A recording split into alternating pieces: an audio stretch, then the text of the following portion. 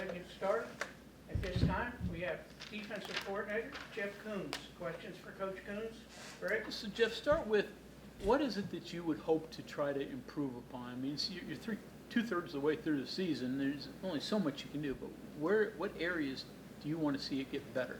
Yeah, I think it's been very important the last week since the coach made the decision to make a change of what we're trying to gather as a defensive staff, what we want to do as a defense. The timing of the bye week helped with that. We've got to get lined up as fast as possible. We've got to make sure that all 11 guys on that field understand what the call is, how to execute the call, and what success they should expect after that call. And I say that the confidence that comes with understanding exactly what we're trying to accomplish with each and every single call that is made is paramount right now. And that's what we've got to make sure that on every play, not when you're up by 10, down by 10, doesn't matter. There's a standard of defense that we have got to put on tape on every single play and making sure that they do that. Because when you talk about it and you hear coach, it's the word inconsistency has been brought up multiple times, just inconsistent. And we've got to be more consistent. How do you do that?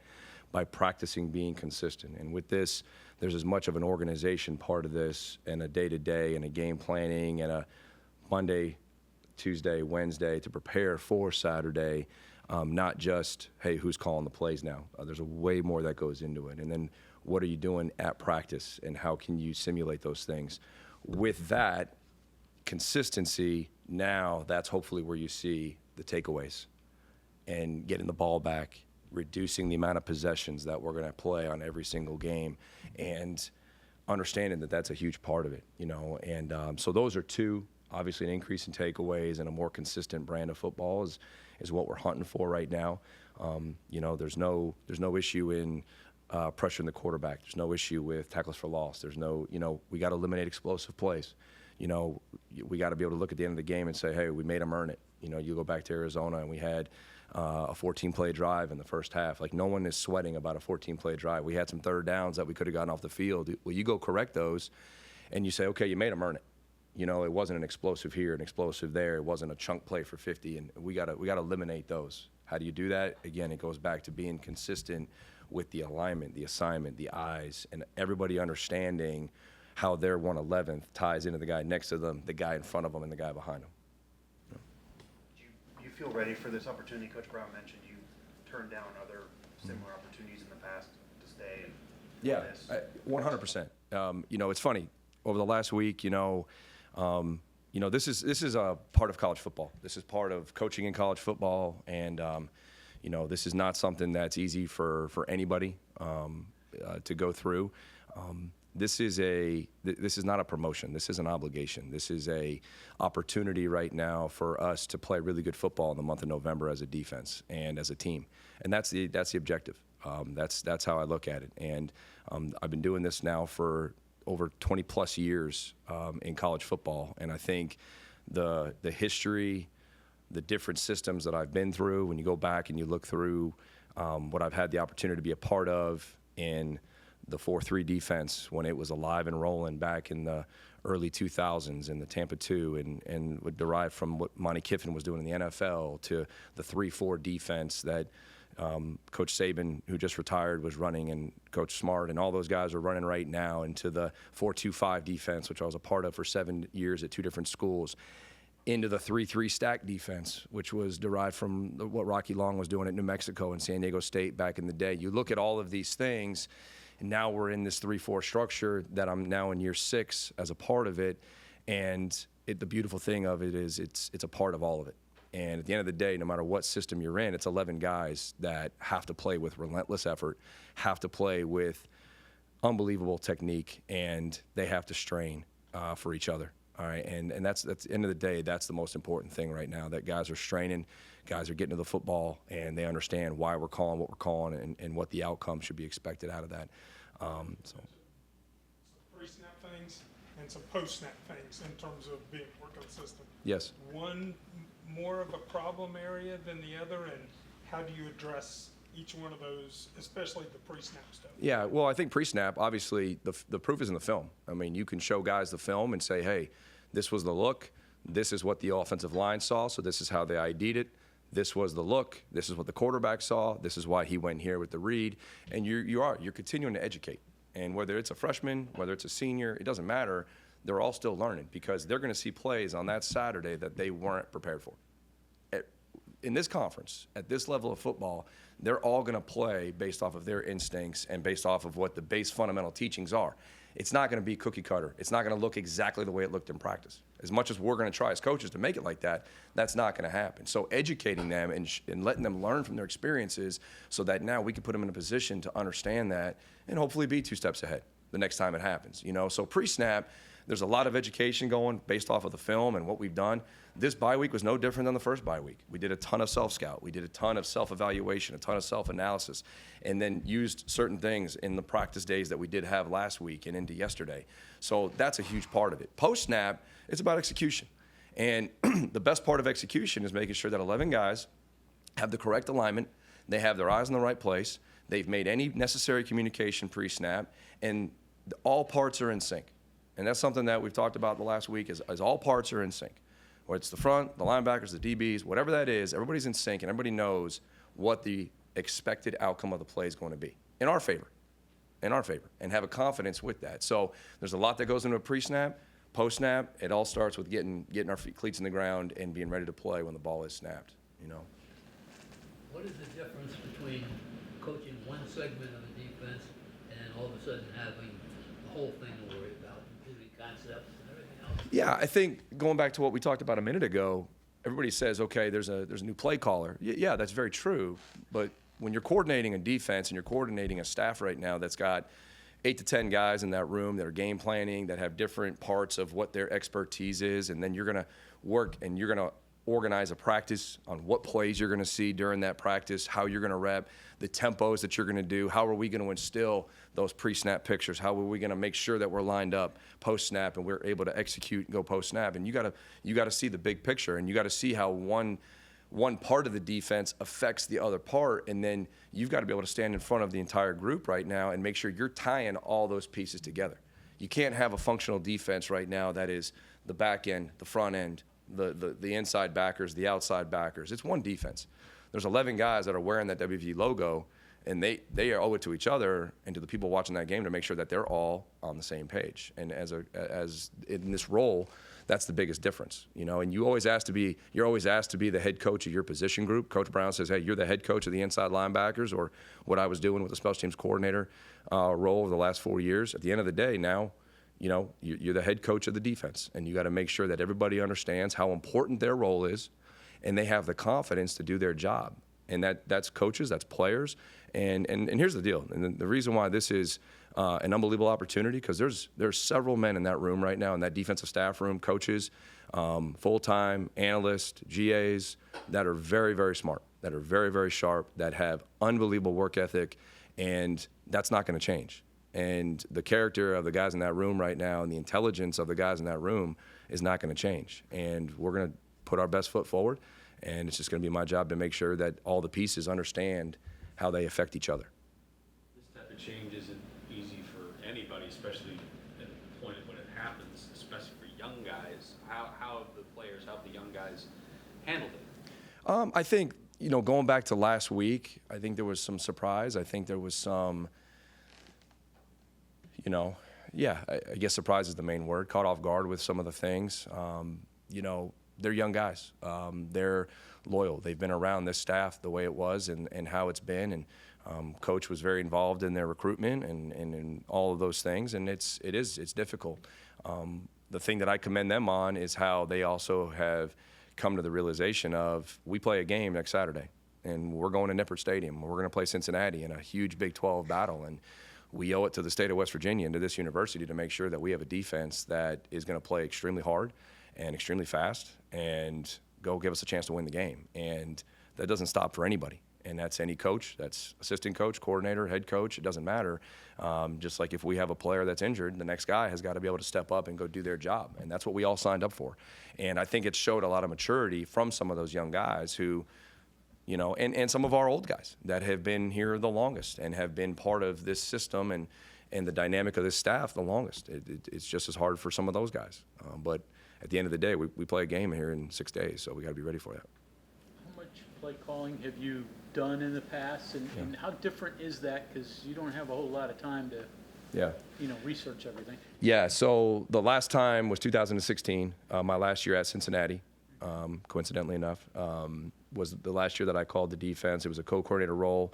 I was more the passing game coordinator, calling it in conjunction with the defensive line coach. That was a full season. That was not a battlefield promotion. That was an off season.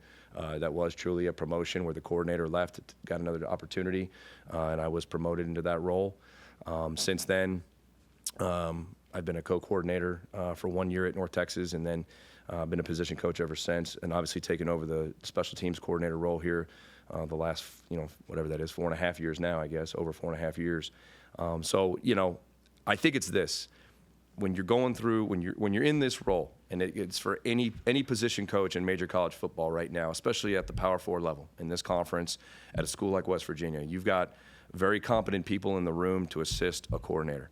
And you have a coordinator that is talking to you guys on Mondays, that's the face of the defense, that's the face of the offense, that's doing that. But you have multiple guys in that room right now that natural, you're going to go, yep, this is what I would call, this is what I would call, this is what I would call. You present those ideas to the defensive coordinator, and then at the end of the day, he's the one calling them. So I think whether it's myself, whether it's Andrew, whether it's Vic, whether it's Shadon, any of the above, we've all been preparing for this our entire time, some longer than others.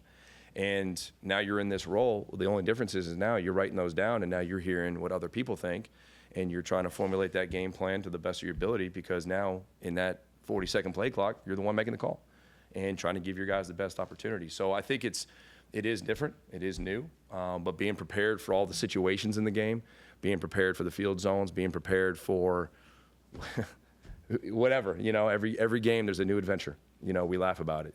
There is no script. It's going to be different. Every game is its own animal. And being ready to go and be ready to make sure you have the right 11 guys in the right spots, to say I'm not excited about it, yeah, I sure am. But there's a lot that goes into it, and there is, like I said, the obligation is to make sure that we're ready to go on Saturday. Whatever you can give on any conversations you've had with Coach Brown the last week or so since you got this promotion, just for the fact of the differences of when Coach Scott got promoted offensive coordinator. Neil's much more of an offensive guy through his career. Mm-hmm. So what were those conversations like? How much can you rely on him? I mean, he doesn't really call defensive plays. So that's a little different dichotomy of when Yeah, well, I think in this organization, in this program, on this staff, we all have the vision of Neil Brown, and that is in all three phases of football. And this is Neil Brown's team, all right? And whether it's Chad, whether it's myself now, whether it's any of our position coaches, we all understand the message and what the identity of this football team is going to be. And that hasn't changed. When I meet with Coach Brown now, as opposed to when I was a special teams coordinator, that hasn't changed. And the one thing that I think Coach does a phenomenal job of is that when we go into a game on Saturday, whether it's a noon kickoff or a 7:30 kickoff, everybody in this organization understands what our formula for success is that day. And it's different from week to week, depending on who we're playing. But so to say that those conversations are any different now because of the role, they're really not. They've always been very detailed. They've always been very deliberate, and understanding the pulse of the defense and the pulse of the special teams and the pulse of the offense and how they interact with each other as a team, as this West Virginia football team, that's always been consistent. Now, a lot of this sounds like cleaning up what you already have been doing on defense, organizing, everything you just said at the very beginning. But you said writing down ideas of other people. And I'm imagining, like anybody else, you probably have been like, man, when I get a chance, I want to do this, right? Is there room for things like that to try something that you can watch, like, hey, there's a spot to do this, or I've always wanted to try this in the situation? Yeah, Late in the game. Yeah, I think, and I understand your question. Let me answer this. What we're doing right now, coming off of the bye week and looking at 8 weeks, I wouldn't say necessarily, Mike, it's a cleaning up. It's what is going to be our best recipe for the month of November. We've got 4 games right now that we have a resume of eight games right now. All right, some really good, some not as good as we want, some not very good. Okay, how can we eliminate the negative and accentuate the positive right now and make sure we're getting the strengths out of our best players and making sure we're building a system right now that gives them an opportunity to do that. With that being said, I have full and utter confidence in this system. This system of defense I would put against any out there. And because of the multiple ways that we can attack offenses, the multiple ways that we can show different pictures pre-snap, the multiple ways that we can attack different run schemes and take away different receiving threats and different route patterns, to say that, okay, without completely uncovering what we're doing to a quarterback, to a coordinator, with the coach to player, with the check with me systems and all those things. Also, against tempo offenses, I believe in this system to be able to get lined up quickly once we have a call to execute the defense, no matter what the tempo might be. So I think the biggest point in your question is do I believe in what we're doing and do I believe we have enough defense? 100%. I think it's about picking and choosing the right defense. We can't run this entire system in a game week. It's impossible. All right, so every week we're trying to pick the best things that we can do against that offense and be really, really good at them. Something that you touched on there that Neil also mentioned too was you couldn't give them the answers on the field, and that the looks had to be different. And it sounded like it was predictable, I think is the word he had used too. Is that a habit defenses or even play callers can fall into when there are struggles and you kind of stick to what you know and maybe you kind of narrow rather than go too broad and risk something that's new or different? Well, I think it's more of this. You want to, and I've used this term a couple different times, you want to give your players the best chance for success and their comfort level and where they have banked repetitions, where they have, not just the game week, but now you go back to fall camp, you go back to spring football, you go back to the off season. These guys that have been here, in this system, there's actually a really big menu of what the guys truly know. So to answer your question, I don't think it's necessarily a play caller deal. I think it's more of, hey, let's give them a chance to pin their ears back and play fast up front, to really be aggressive at the second level, and whether it's a blitz, whether it's a fit, whether it's a coverage, hey, on the back end, man, these guys understand this is what we're doing here, this is what we're doing. So I think within that, the challenge is now create pictures, create pre-snap looks that aren't going to confuse yourself, but they're going to confuse the opposition and the opponent and the coordinator and the quarterback. Now that you have to take kind of this broader kind of macro look at the entire defense, how is Luke Nardo going to be able to help you kind of in the position itself? Yeah, I mean, I can't emphasize how great Luke has been, a help with me now in his second year, learning the defense, learning the scheme, learning the position. He's been on the field with the linebackers. I've been in the box all season long. He's been the one showing the backers the iPads. He's been the one making the corrections. He's been the one going through series with those guys. That role's not going to change. He truly is the assistant linebackers coach, so his role is going to definitely elevate on a day-to-day basis. I'm going to hang on him as I have been doing, especially when I got pulled off to do special teams things. So he's been huge, and that'll continue. Real quick here, what jumps out at you with the Bearcats? I mean, they run the ball really well. Yeah. They got a good passing attack. What do you see? Yeah, I see explosive plays all over the field. They have explosives in the pass game in certain weeks. They have explosives in the run game in certain weeks. Coach Satterfield has a system. He believes in that system. That system hasn't changed. He's got some dynamic players, some really good additions from when we played him last time, but he also has really good continuity up front with a bunch of seniors and upperclassmen that understand this system in year two. He's got a trigger man, the quarterback, who's playing at a really high level that can make all the throws required within this offense. The tight end, number 11, is elite. He's a really good pass catcher. He's a good blocker, and again, understands what they're asking him to do and how he fits within it. And they are explosive on the outside with their receiving core, and they have multiple guys that can take it the distance, and that's on tape. You can see that. So it's a great challenge. Kudos to them, what they've been able to do in year two of their system. Other than Coach Vic, you're probably the most demonstrative coach on the field. Does that have to change any being a coordinator, or do you have to be who you are to be the best version? I'm not going to change. Our players deserve the best piece of every coach on this staff every single day, and that's not going to change. In how I coach, how I teach, whether it's 9 linebackers in the inside linebacker room or it's 40 guys on a travel squad on defense or 35, whatever that is not going to change. And I would expect every single coach on our staff and on the defensive side of the ball to continue to do that.